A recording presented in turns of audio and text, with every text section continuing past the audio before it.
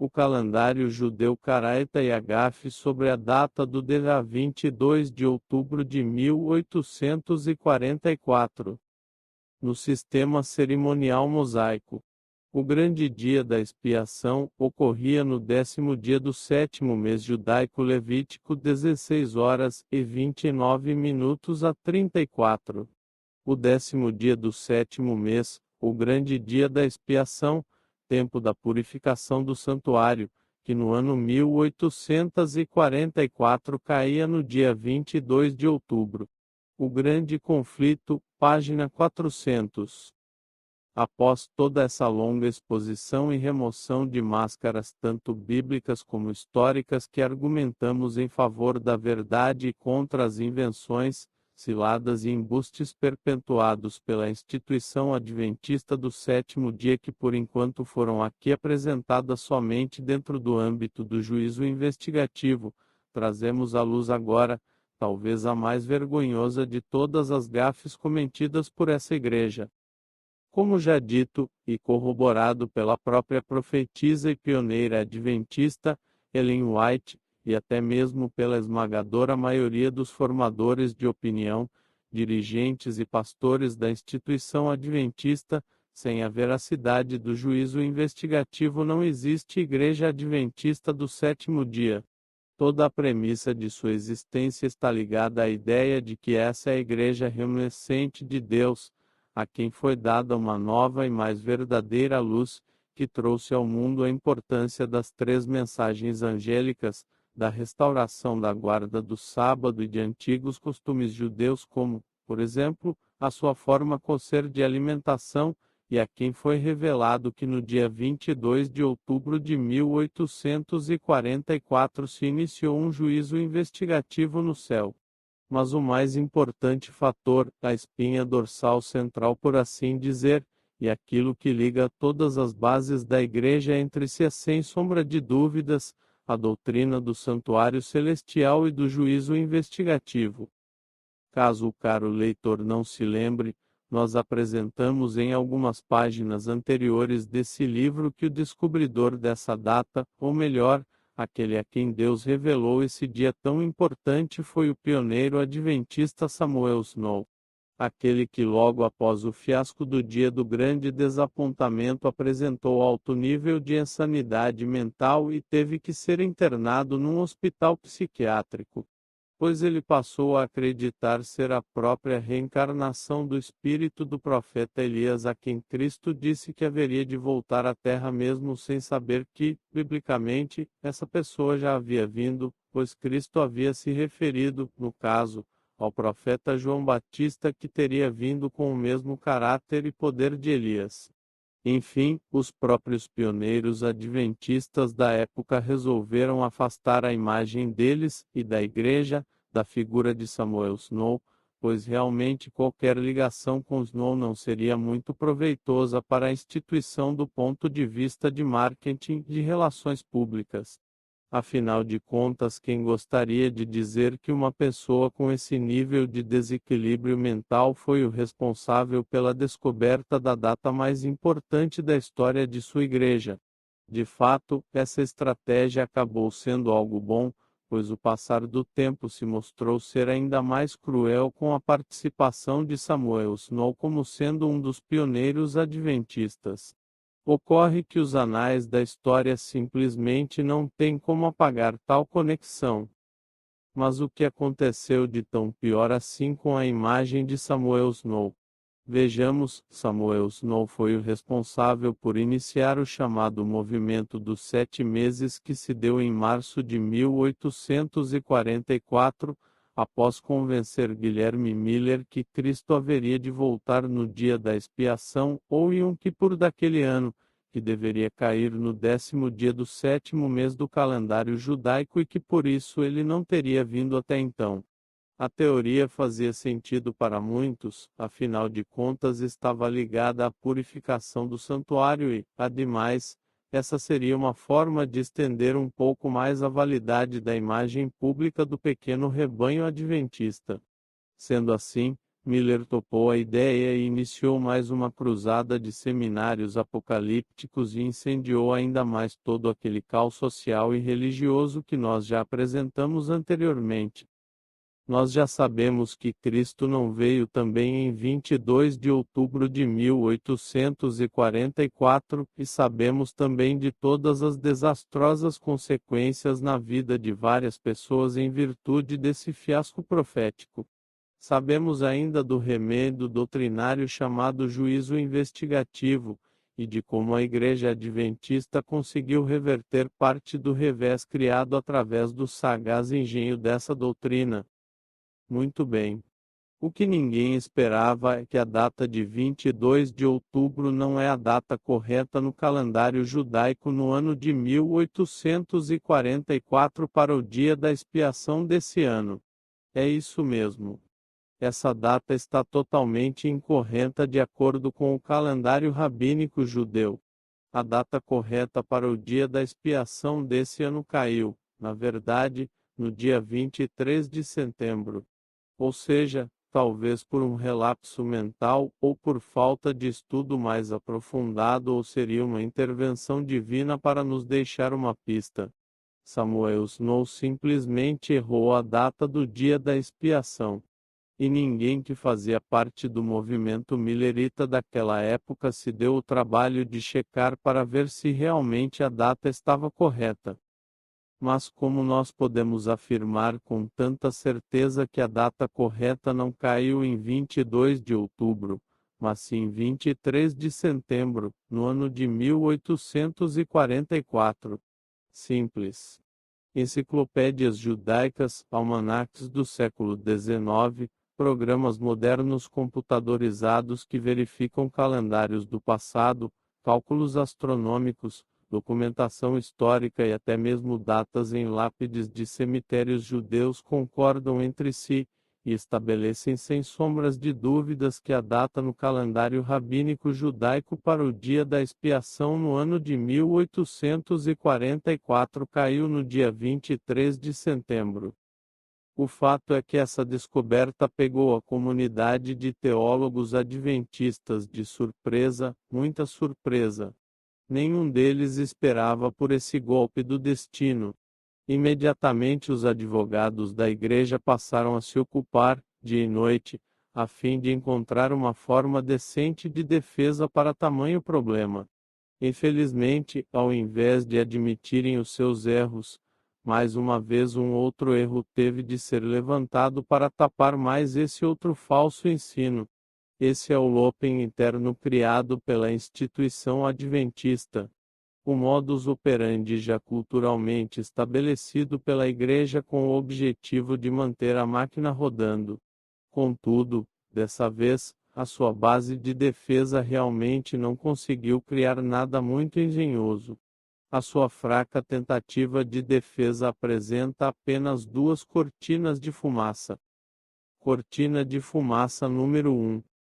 Primeiramente, a ESG afirma que o calendário usado por Samuel Snow para determinar a data do dia da expiação daquele ano, não foi o calendário rabínico judaico, mas sim o calendário caraita judeu. Sendo assim, o dia correto não seria 23 de setembro, mas sim 22 de outubro. Façamos um breve parêntese para explicar rapidamente quem eram os judeus caraitas. Os judeus caraítas são uma ramificação obscura do judaísmo, pouco conhecida. A palavra caraíta do hebraico, Karaí Bnei Mikra, seguidores das Escrituras, designa uma das ramificações do judaísmo que defende unicamente a autoridade das Escrituras hebraicas como fonte de revelação divina. Eles rejeitam livros do judaísmo rabínico como, por exemplo, o Talmud e a Missá. Não seguem costumes judaicos rabínicos como o uso de peiot, tefilim e afins. Por que cargas de água teria Samuel Snow escolhido essa tribo para utilizar de seu calendário específico para a data do dia da expiação do ano de 1844? Ninguém sabe. até porque não faria nenhum sentido que essa tribo poderia ter seu calendário mais corretamente alinhado com o calendário divino que o calendário dos judeus rabínicos.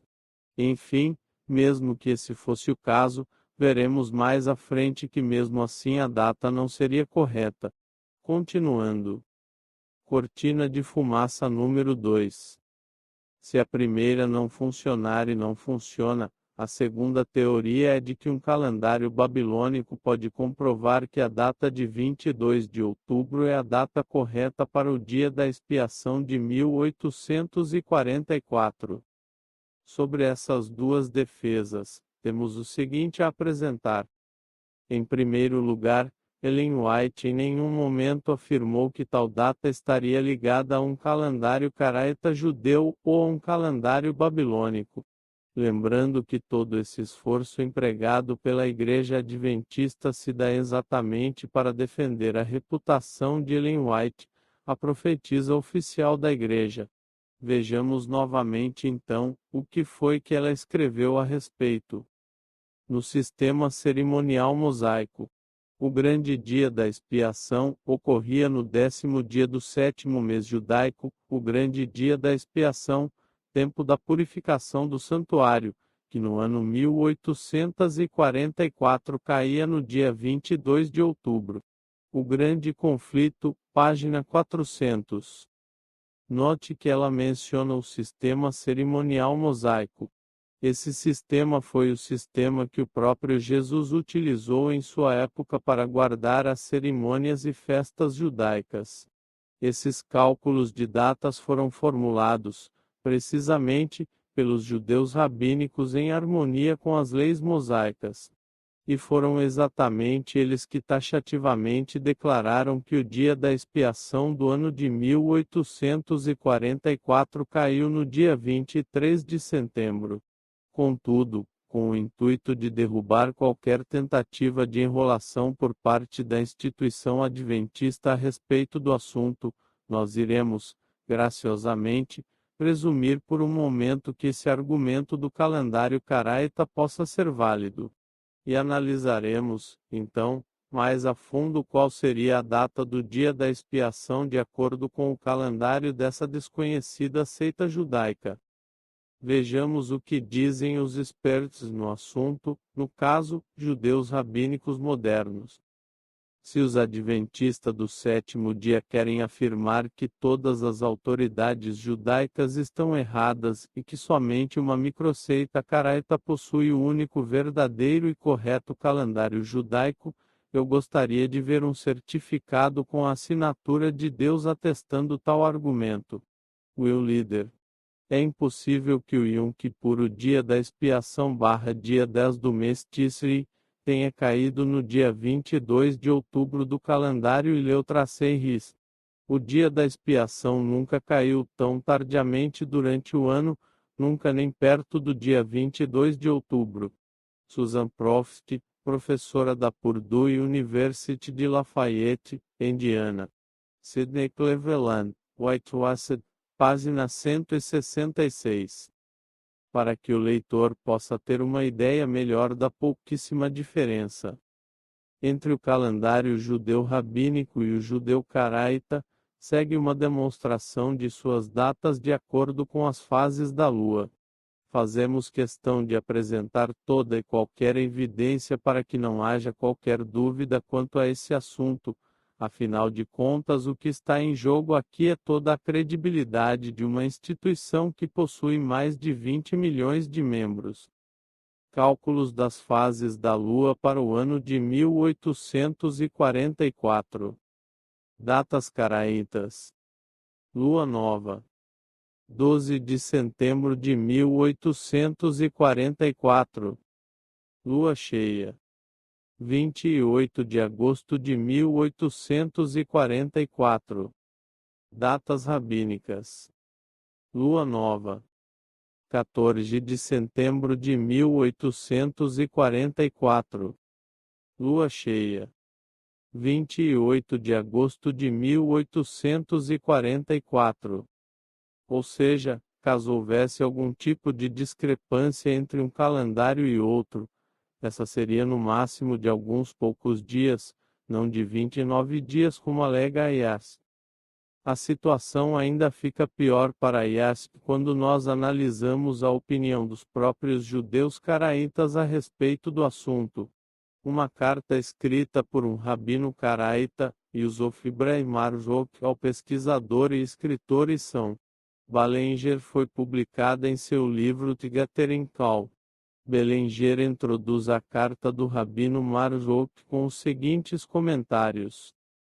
22 de outubro de 1844 foi um dia crucial para os adventistas do sétimo dia pelo fato de que seus pioneiros acreditavam piamente que seria o dia da segunda vida do Senhor Jesus, e eles ainda se seguram firmemente nessa data mesmo com todas as evidências contrárias a ela. O dia da expiação caiu no dia 23 de setembro em 1844 e não no dia 22 de outubro. Isso pode ser facilmente demonstrado consultando qualquer almanaque judeu da época ou qualquer autoridade ortodoxa judaica. Eles celebraram o dia da expiação no dia 23 de setembro no ano de 1844. Ele continua. Os defensores da fé adventista declaram que mesmo que os judeus rabínicos talvez tivessem celebrado o dia da expiação no dia 23 de setembro, os judeus caraítas teriam observado a data do dia 22 de outubro. Nós fizemos uma cuidadosa investigação a respeito do assunto e nós descobrimos que essa assertiva é falsa. O rabino líder dos caraítas de Cairo, Egito, Yusuf Ibrahim Marzouk, respondendo à nossa pergunta a respeito do dia da expiação do ano de 1844, escreveu, sobre as datas da Páscoa e do dia da expiação Yom Kippur, elas foram as seguintes. No ano de 1843, o Yom Kippur caiu numa quarta-feira, dia 4 de outubro, no mesmo dia que o calendário rabínico. Já no ano de 1844, o dia da expiação caiu no dia 23 de setembro, uma segunda-feira, tanto no calendário caraíta quanto no calendário rabínico Cleveland, Sydney, Whitewashed, página 168. Carta redigida pelo rabino Yusuf Ibrahim Marzouk para o Sr. C.L. Price em 30 de março de 1939, confirmando que tanto no calendário rabínico como no calendário caraíta, o dia da expiação, 10º dia do mês Tissiri, caiu no dia 23 de setembro no ano de 1844 e não no dia 22 de outubro. Assim sendo, a alegação de Samuel Snow sobre a celebração caraíta do dia da expiação ter caído em 22 de outubro de 1844 é falsa. Ellen White confirmou a data apresentada por Samuel Snow diversas vezes em seus escritos, confirmando-a mais uma vez como uma falsa profetisa. A.S., mesmo sabendo do erro, nunca o expôs publicamente, pois eliminaria completamente o grande pilar doutrinário da Igreja. Note que tanto em 1843 quanto em 1844 as datas relacionadas ao dia da expiação são exatamente as mesmas em ambos os calendários. Mas vamos admitir por um momento que o calendário caraíta pudesse estar absurdamente discrepante em 29 dias. Ellen White em nenhum momento falou absolutamente nada a respeito do calendário caraíta. O calendário mencionado por ela foi o sistema mosaico/rabínico. Ou seja, não importa para que lado olhamos, as evidências são incontestáveis. O fato é que não houve discrepância nenhuma entre esses calendários. Ellen White errou o ano, errou o mês, errou o dia, errou a doutrina, errou a profecia, errou tudo.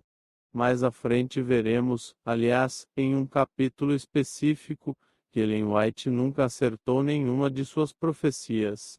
Mas o que dizer a respeito da segunda teoria adventista que defende que o calendário correto seria o babilônico? Simplesmente, Não há como levar a sério uma argumentação como essa. O calendário babilônico nunca fez parte do sistema mosaico judaico para determinar feriados anuais. Nem os judeus rabínicos nem os caraítas se utilizaram sequer uma vez do calendário babilônico. O calendário judaico criado por Deus através de Moisés nunca teve nada relacionado com o calendário babilônico. Ele somente soa importante por ser babilônico e isso engana aqueles que não se aprofundam no assunto. Nada mais do que isso. Sendo assim, dispensaremos por falta de mérito qualquer aprofundamento maior a respeito dessa teoria. Para finalizar o assunto, fica claro, portanto, que a gafe criada em cima dessa data é um vergonhoso fato histórico que mancha ainda mais a já combalida imagem da IAS. A data de 22 de outubro de 1844 nada mais é do que aquilo a que foi publicamente taxada, um grande desapontamento que acabou se desdobrando num enorme e contínuo embuste doutrinário, histórico, religioso, financeiro, espiritual e social que gera até os dias de hoje graves consequências, com fiéis acorrentados em fortes cadeias espirituais e psicológicas. Apelamos, assim, à consciência dos líderes e pastores dessa igreja que se levantem contra toda essa mentira e esse mal que já prejudicou e continua prejudicando tantas almas incautas.